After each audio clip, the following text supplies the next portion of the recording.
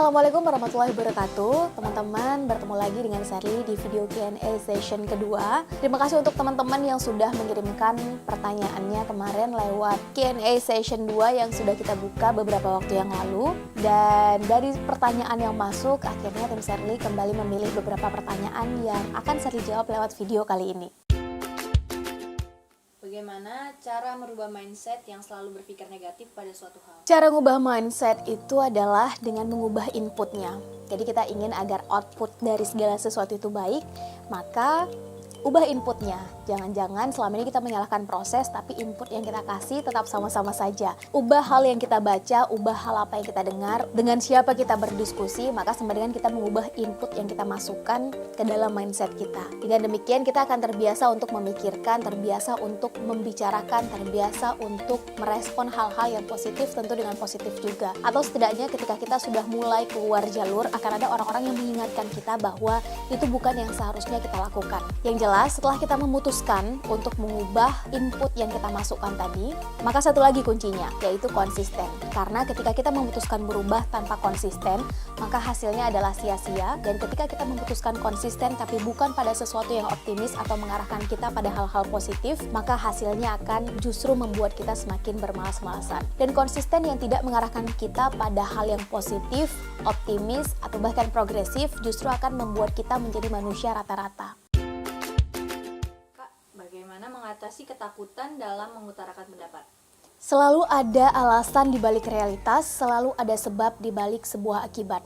Takut itu adalah sebuah akibat, teman-teman. Itu adalah sebuah realitas yang muncul, pasti ada alasannya. Jadi kalau kita takut mengutarakan pendapat, maka kuncinya satu, temukan alasan kenapa kita takut. Temukan sebab kenapa kita bisa takut. Dan ini bisa jadi jawaban kita berbeda-beda. Ada yang takut mengutarakan pendapat karena punya masa lalu yang sering ditertawakan orang misalnya. Atau ada orang yang takut mengutarakan pendapatnya karena memang dia tidak tahu hal itu. Ada orang yang takut mengutarakan pendapatnya karena dia tidak punya skill dalam mengutarakan pendapat. Dan ini sah-sah saja ketika alasannya berbeda.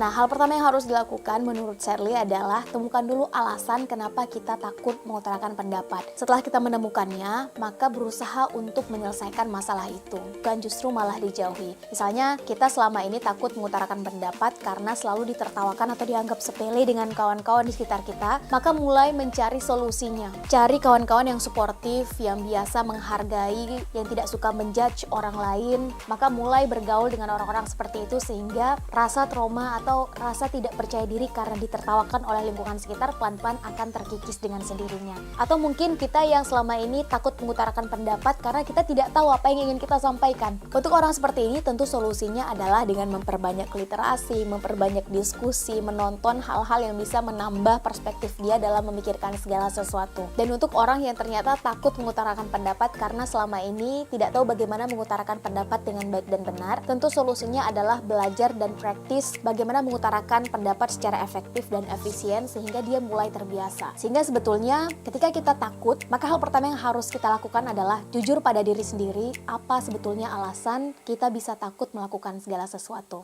Setelah kita tahu, taklukkan apa yang kita takutkan. Ketika kedepannya Kak Sherly sudah berkeluarga, apakah kakak akan tetap memotivasi banyak orang atau berhenti dan memulai kehidupan baru? Sebetulnya prinsipnya satu saja.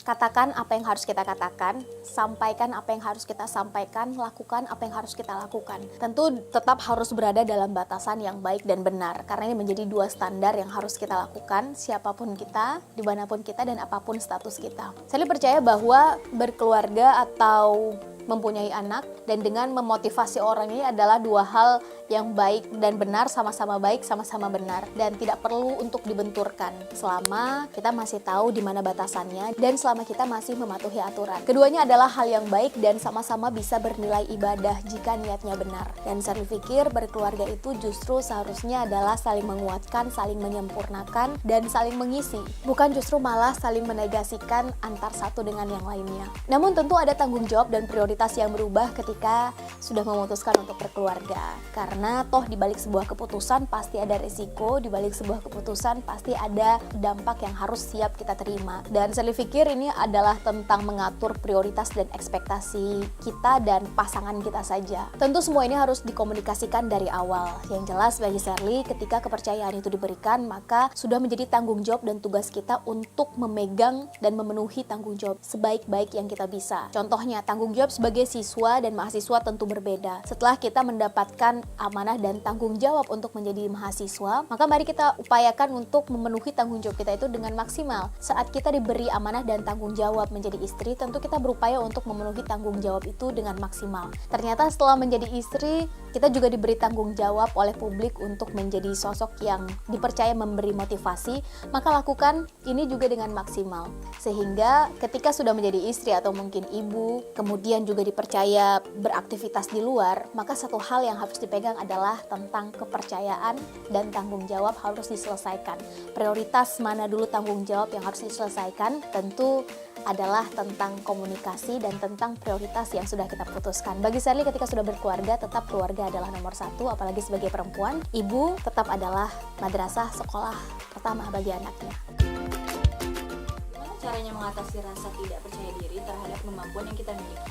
Sebenarnya daripada bertanya bagaimana mengatasi tidak percaya dirinya kita, lebih urgent untuk bertanya kenapa saya tidak percaya diri. Jadi kalau merefer pada pertanyaan pertama tadi karena hampir mirip, maka jawab dulu pertanyaan kenapa saya selama ini tidak percaya diri. Tidak percaya pada diri saya sendiri, tidak percaya pada kemampuan saya, tidak percaya pada apa yang sudah dianugerahkan pada saya. Setelah kita tahu alasannya kenapa, baru kita bisa bertanya how, strategi untuk bisa menyelesaikannya.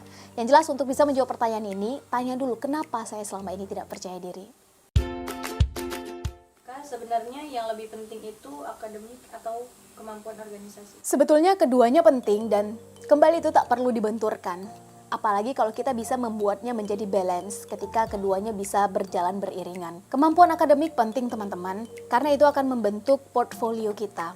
Toh untuk bisa masuk ke satu institusi atau bahkan melamar kerja atau mungkin kita ingin melanjutkan sekolah, kita butuh portfolio yang baik. Dari SMP naik ke SMA kita butuh nilai yang baik. Dari SMA masuk kuliah kita butuh nilai yang baik. Dari selesai kuliah kemudian kita ingin bekerja, kita butuh portfolio yang baik. Kita membutuhkan nilai akademik yang baik. Tapi bukan berarti kemudian non-akademik itu tidak penting. Bagi Sherly non-akademik penting sekali karena ada banyak sekali hal yang bisa kita pelajari, yang bisa kita dapatkan justru bukan di luar ruangan. Bahkan sebetulnya tujuan dari kuliah menurut Sherly adalah untuk membuat kita bisa menyelesaikan masalah dari hulu sampai ke hilir. Dan untuk membentuk, mendukung ini semua, kita membutuhkan pengalaman-pengalaman dari luar. Mulai dari memperluas networks, mulai dari bagaimana kita bisa berpikir kritis dengan apa yang ada, bagaimana kita memposisikan diri kita, bagaimana kita melatih leadership, yang semua ini bukan tentang teori, tapi ini semua tentang action. Bagaimana kita mempraktekkan ini langsung di lapangan, dan ini semua terbentuk ketika kita dibenturkan dengan masalah yang biasanya tidak kita temukan saat kita hanya sekedar memenuhi target-target akademik. Yang jelas bagi Sherly kedua hal ini tak perlu dibenturkan, keduanya justru harus berjalan beriringan, saling melengkapi satu sama lain.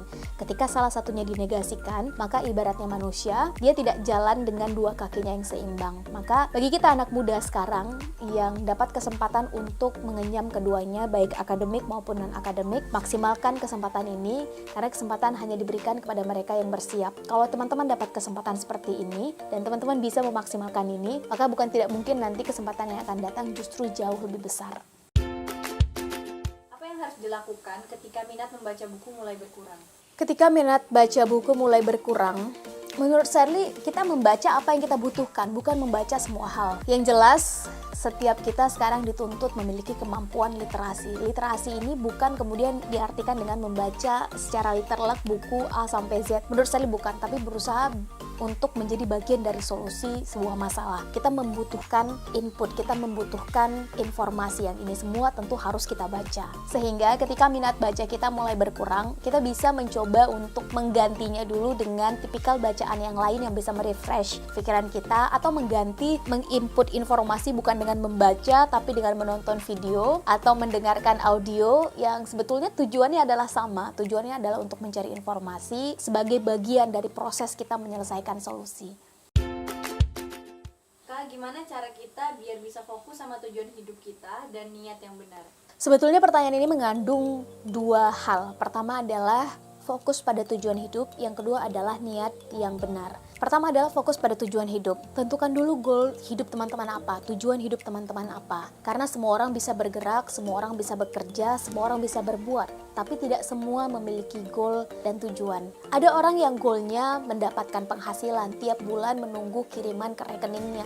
Ada orang yang goalnya adalah pencapaian, ada orang yang goalnya dignity, pengakuan, kekuasaan. Ada orang yang goalnya kebermanfaatan, dan lain-lain. Sebetulnya ini tak ada masalah. Kita coba breakdown dulu, sebetulnya goal dalam hidup kita itu apa. Setelah kita tahu, kemudian kita breakdown indikator goal itu sudah tercapai atau belum seperti apa, maka kita mulai mengukur sebetulnya kita butuh waktu berapa lama dan memasukkan strategi di dalamnya. Yang jelas visi besar membutuhkan misi yang besar. Tidak nyambung kalau visi besar ternyata misi yang kita lakukan sehari-hari untuk memenuhi visi tersebut hanya hal-hal biasa. Karena bergerak dengan sesuatu yang biasa sudah ketahuan, maka hasilnya juga akan biasa-biasa saja. Berani menaruh goal atau tujuan yang besar, maka harus siap membayar goal tersebut dengan effort, dengan perjuangan yang besar pula. Justru kita yang punya visi besar akan merasa tidak cocok atau merasa ada yang salah ketika kita memiliki tujuan yang besar, tinggi, jauh, tapi ternyata kita masih tidak fokus, masih suka main-main, dalam sehari masih menyisakan